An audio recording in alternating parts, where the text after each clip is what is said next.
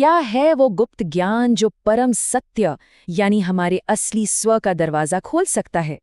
ये एक ऐसा सवाल है जो सदियों से ऋषियों, दार्शनिकों और हम सबको भी कभी न कभी सोचने पर मजबूर करता है। तो चलिए आज ब्रह्म विद्या उपनिषद के पन्नों में इसी गहरे सवाल का जवाब ढूंढने की कोशिश करते हैं। एक ऐसे सफर पर निकलते हैं जो बाहर की दुनिया से शुरू होकर हमारे ही अंदर की गहराइयों में जाकर खत्म होता है। इस खोज को, इस तलाश को एक नाम दिया गया है, ब्रह्म विद्या। ब्रह्म यानी परम सत्य और विद्या मतलब ज्ञान। लेकिन एक मिनट, ये कोई किताबी ज्ञान या फिलॉसफी नहीं है। उपनिषद के पहले ही श्लोक में बिल्कुल साफ साफ कहा गया है कि ये वो ज्ञान है जो सिर्फ और सिर्फ दिव्य कृपा से मिलता है। मतलब इसे मेहनत से कमाया नहीं जा सकता, इसे बस पाया जा सकता है। ये परम सत्य का एक डायरेक्ट खरा अनुभव है। तो इस महान सफर का पहला कदम, पहला टूल, वो क्या है? वो है एक आवाज, एक अक्षर, ओम। हम इसे अक्सर बस एक मंत्र समझते हैं, पर इस उपनिषद के हिसाब से ये पूरे ब्रह्मांड का ब्लूप्रिंट है, एक कॉस्मिक मैप। जरा सोचिए, है ना कमाल की बात? सिर्फ एक अक्षर और उसमें पूरा का पूरा ब्रह्मांड समाया है। इसी एक ध्वनि में तीनों लोक, तीनों बड़े देवता और ज्ञान के तीन महासागर यानी ऋग्वेद, यजुर्वेद और सामवेद सब छिपे हुए हैं। और देखिए, ये कोई हवाई बात नहीं है। ओम की ध्वनि के हर हिस्से का एक ठोस मतलब है। जब हम अ कहते हैं तो वो पृथ्वी, सृष्टिकर्ता ब्रह्मा और ऋग्वेद की ऊर्जा को दर्शाता है। ऊ की ध्वनि में आकाश, पालनकर्ता विष्णु और यजुर्वेद बसे हैं। और म की ध्वनि स्वर्ग, संहारक रुद्र और सामवेद का प्रतीक है। ये सिर्फ अक्षर नहीं है, ये तो कॉस्मिक कोड्स हैं। लेकिन कहानी यहीं खत्म नहीं होती। सबसे गहरा राज तो इस आवाज के बाद आने वाले सन्नाटे में है।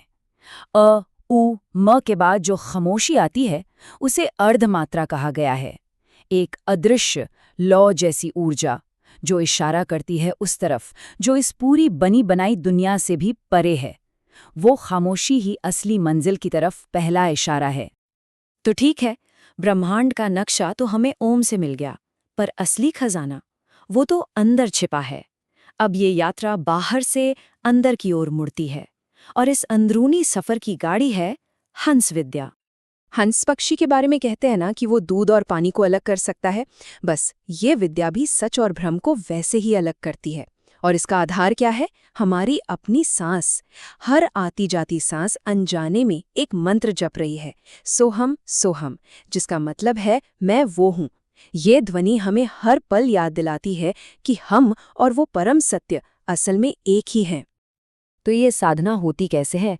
इसमें जोर जबरदस्ती से सांस को खींचना या छोड़ना नहीं है, बल्कि सांस के आने और जाने के बीच ठहरने का जो एक कुदरती पल होता है, उसे पकड़ना है। अपनी सारी जीवन ऊर्जा को नाभि के केंद्र पर इकट्ठा करके वहां एक जलती हुई लौ की कल्पना करनी है और बस सांसों के साथ हंस हंस की ध्वनि को चुपचाप महसूस करना है।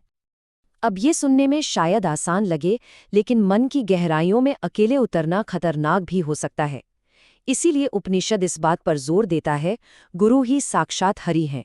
मतलब एक गाइड, एक गुरु का होना बहुत जरूरी है, जो इस अनजान रास्ते पर हाथ थाम कर चल सके और भटकने से बचाए। जैसे जैसे ये आंतरिक यात्रा आगे बढ़ती है, साधक को दुनिया को देखने का, कह सकते हैं, एक नया चश्मा मिल जाता है। उसे ये समझ आने लगता है कि सच्चाई के दो पहलू हैं। पहला पहलू है सकल, मतलब वो सब कुछ जिसका कोई रूप है, जिसे हम देख सकते हैं, छू सकते हैं, जैसे हमारा शरीर। और दूसरा है निष्कल, यानी वो जिसका कोई रूप नहीं, जो निराकार है, जैसे हमारी चेतना, हमारा असली स्व। और इस फर्क को समझाने के लिए उपनिषद जो मिसालें देता है वो तो कमाल की हैं। सकल अगर एक फूल है तो निष्कल उसकी खुशबू है। सकल अगर एक घना पेड़ है तो निष्कल उसकी ठंडी छाया। फूल और पेड़ तो दिखते हैं, पर असली अनुभव तो खुशबू और छाया का ही होता है।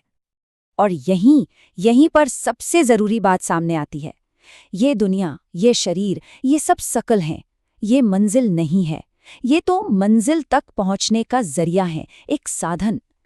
असली लक्ष्य तो उस निष्कल यानी निराकार सार को अनुभव करना है।